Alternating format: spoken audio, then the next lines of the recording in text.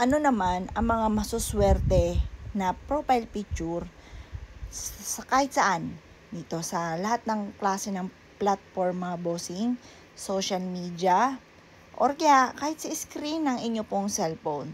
Ano ang mga masuswerte? Unang-una, sa kulay muna ng damit. Syempre red or kaya idilaw.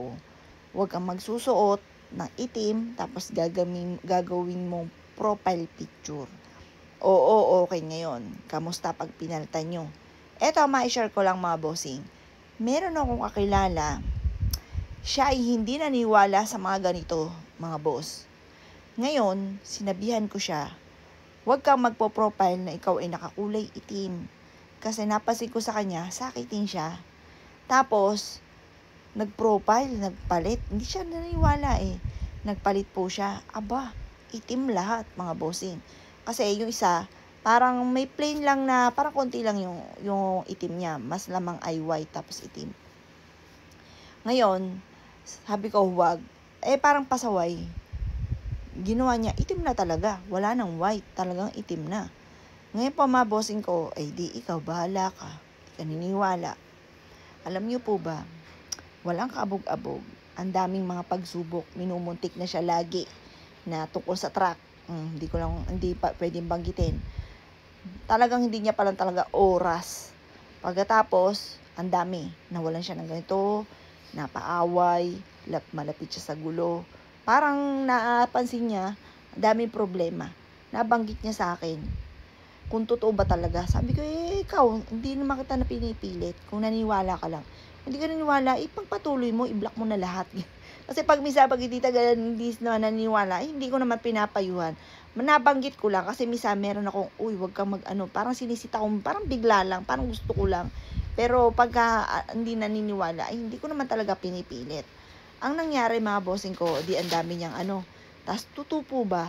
Sabi ko, ikaw, hindi kita pinipilit, basta nabanggit ko lang sa'yo. Tapos nagpalit, nagkulay pula, mga bossing. Anong nangyari? Na-promote. Tapos, yung away-away sa pamilya nila, naging okay. Kaya sabi po niya, simula daw po nun, mag-aano na po siya. Magkukulay red or kaya kulay dilaw. Basta makukulay, huwag ka magsusot lang ng initiman. Eto pa, ano ang mga pinaka-the best na profile picture? The best na profile picture, mga bossing ko, ay pinaka-background mo ay bundok, or kaya po mga bossing ko, yung rainbow. Yan, isa rin po yan.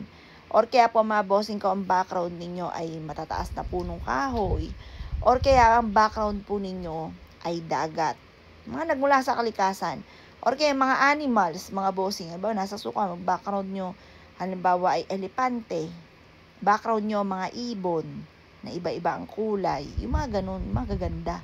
Wag ka magba-background or magpo-profile picture dahil malas. Yung tipo na rosas na napakaraming tinik. Isa babae na umiiyak, isang lalaki na umiiyak, isang kagubatan na madilim, isang puno na bali-bali ang sanga, isang na parang trahedya. Huwag ganon mga boss.